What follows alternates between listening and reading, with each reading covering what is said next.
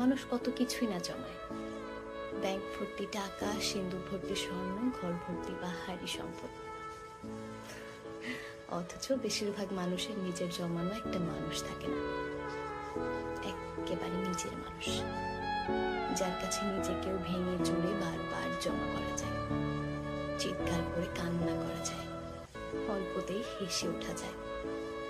আসলে এই শহরে চারিদিকে অনেক মানুষের মিছিল, সবাই সবার সুখের সহযাত্রী, কিন্তু ওই যে জড়িয়ে ধরে কান্না করার মানুষের বড্ড অভাব।